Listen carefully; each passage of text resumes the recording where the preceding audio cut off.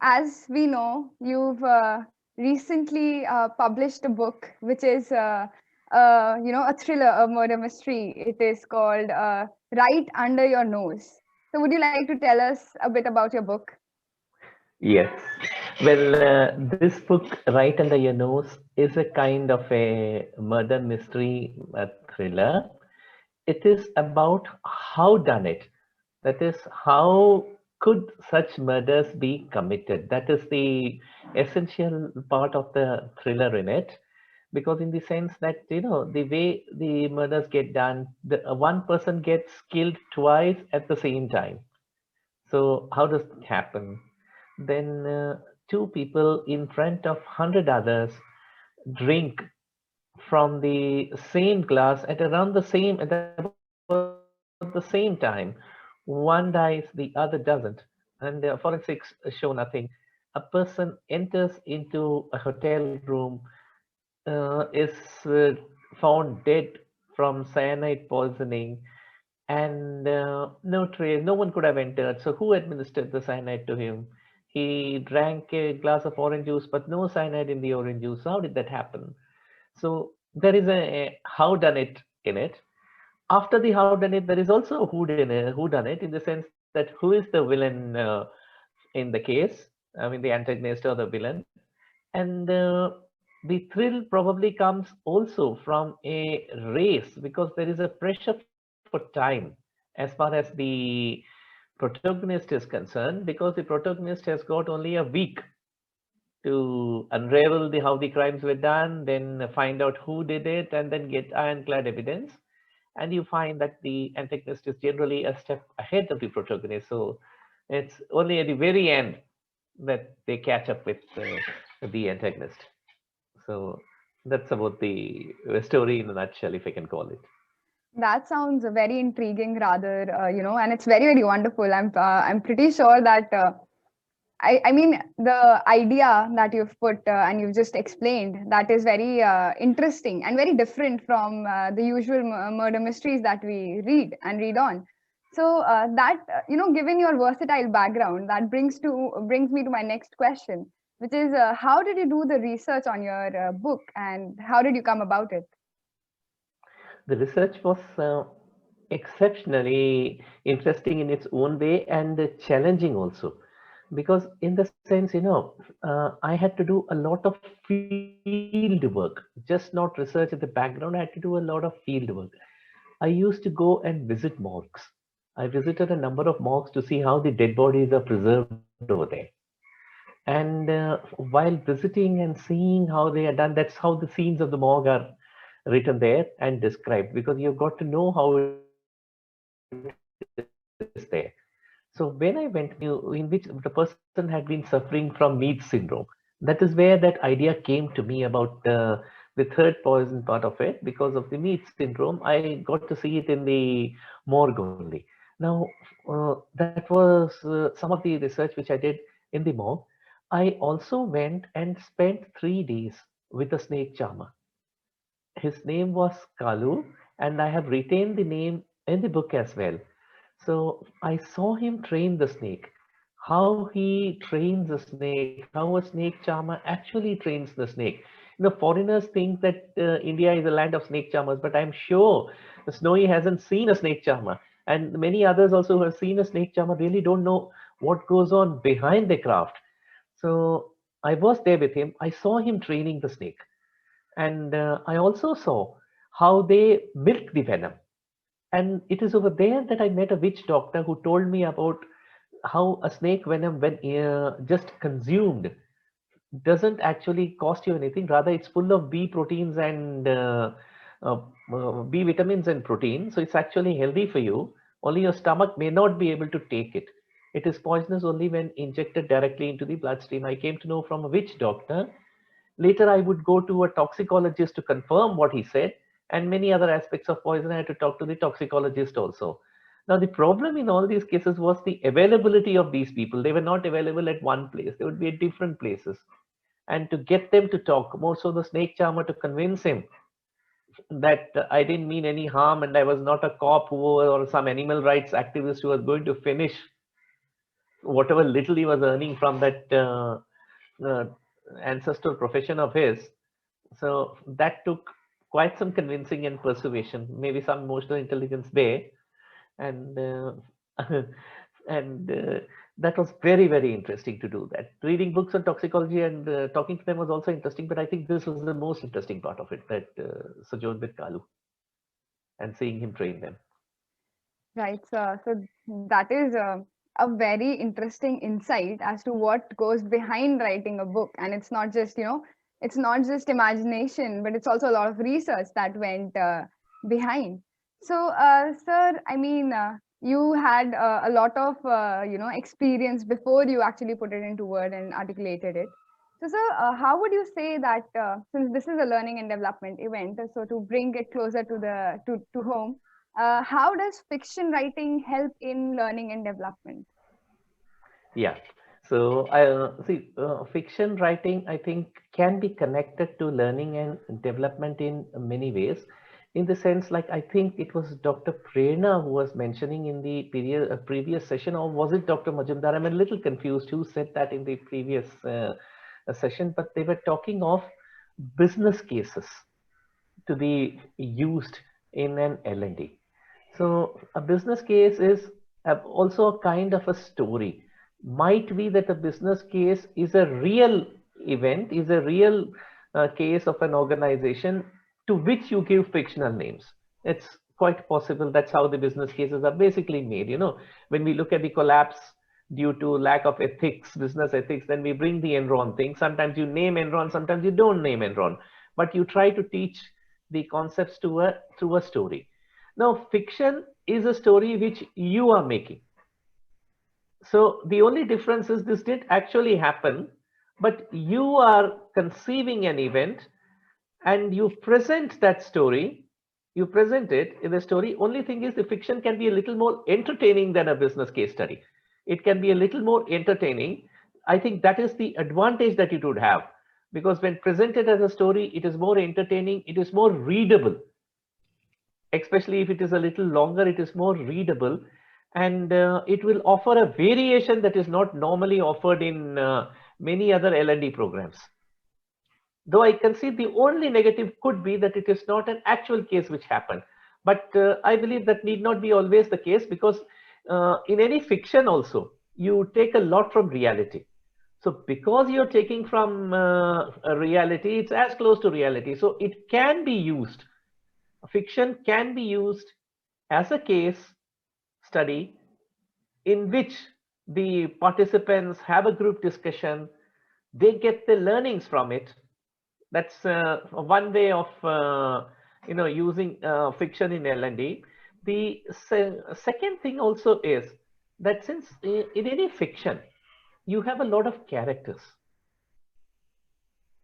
since you have a lot of characters and their communication, which comes out in any fiction, the communication of the characters, through that we can get into any kind of behavioral and personality issue, including emotional intelligence.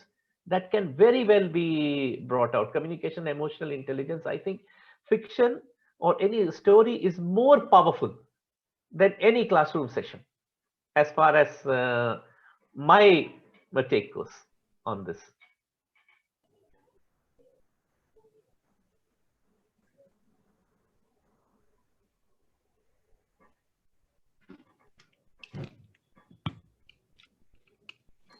That was very well put, sir. I think a lot of us in the audience really agreed with the way you said, just because a business case study is something which happened in real life and, a fictional story is more entertaining, so to speak, doesn't mean they're any different. They're both stories, ultimately. So that was really well put.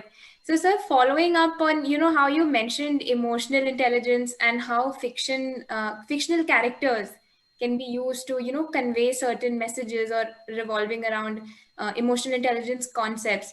So could you just elaborate more on that how can emotional intelligence, whether it's an author or whether it's a practitioner at an L&D post, how does emotional intelligence, what is its universal significance, so to say? Yeah, I will take it one by one. First, when you say the use of emotional intelligence, now in any fiction. In fact, not only emotional intelligence, I'll say any HR concept, including the one which Dr. Sahishnu, did I get the name right? Sahishnu, isn't it? Vishnu. Yeah. Yes, it is Sahishnu, but not doctor. It's Okay, just, okay, okay. Okay. But Sahishnu, the name I got it right, no? yes, Yeah, it, yes, it took me yes, yes. 6 years to get it right. It took me 6 years. Anyway, so 6 minutes is not bad to get it right then. Okay, so as he was talking about the information loops and the use of grapevine, now this is something which a detective has to use in any crime fiction. If you look at it, because the official data won't be available. The criminal is not going to leave any official data by which you can track him. So what information you can glean from different information loops, including informal ones and grapevines and all, that is a inevitable part of a crime fiction. So I think if you got to teach about information loops, even that can be taken from relevant extracts from a fiction. And for an author, when he or she is writing the book, they too must be aware of this concept, how the information loops flow in a structured organization, in a cafeteria, or in a club. I mean, in different places, the information loops are different.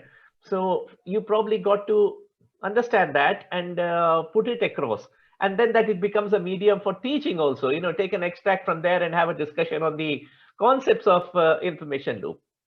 Apart from that, see, one of the pet themes which I wanted to show through this book, I had two pet themes basically, three rather, I will say, one of which led to the title. I'll come one by one.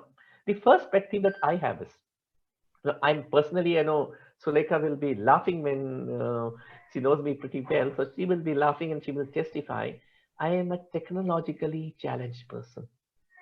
So this is, I think Suleika will agree. So I'm a technologically challenged person. And this is an era when you see only, high tech, big tech, whatever you call that, everywhere. There are two things that you see, big bucks and high tech. And high tech is something which I just can't marry.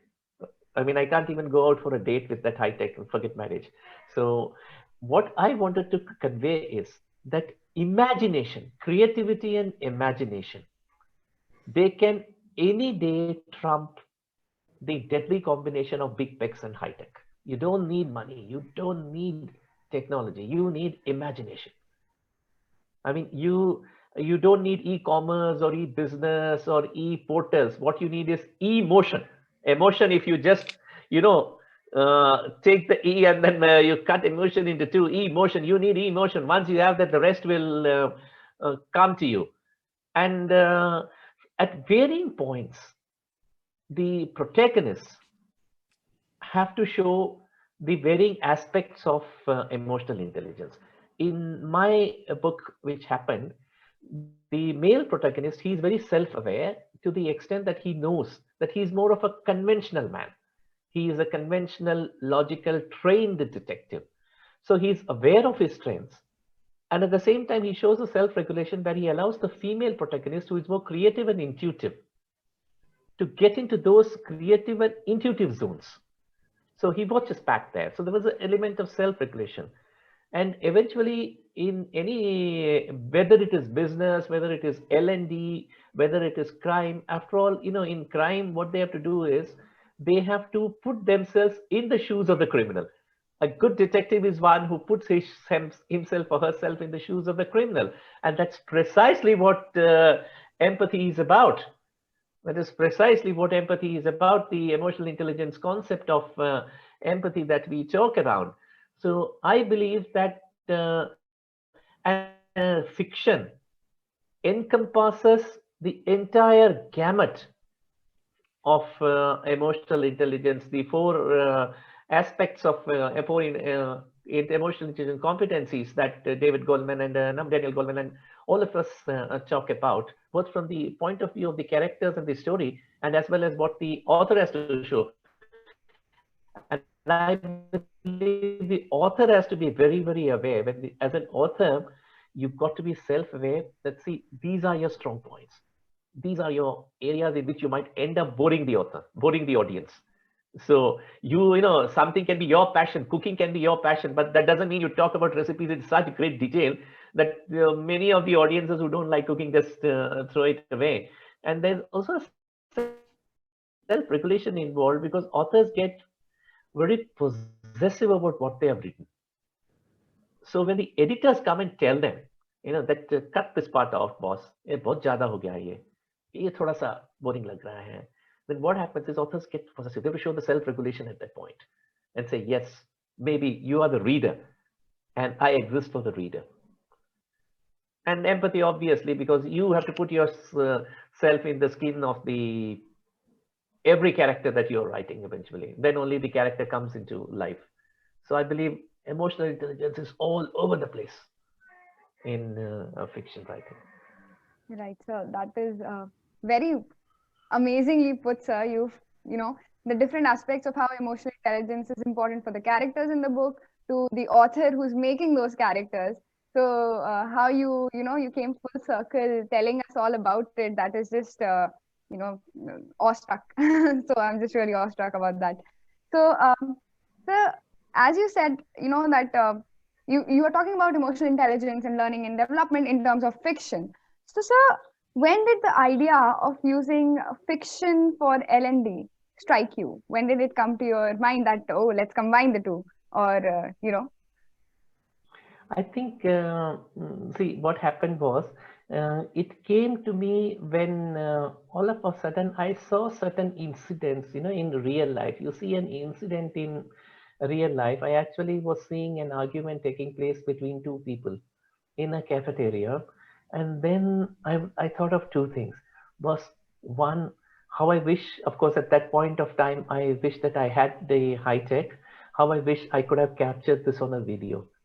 It was such wonderful method of, you know, such a wonderful conflict management scene that was happening. In reality, no acting required. You could see everything in it. It was actually happening out there. So then that is when I thought, okay, well, I'm not able to capture it as it happened, but let me make a small story out of it. And now this is not a recorded event like, say, an Enron event or some other event which actually happened, but this is also some kind of fiction is also made out of all these things. So that is when I thought, let me try this.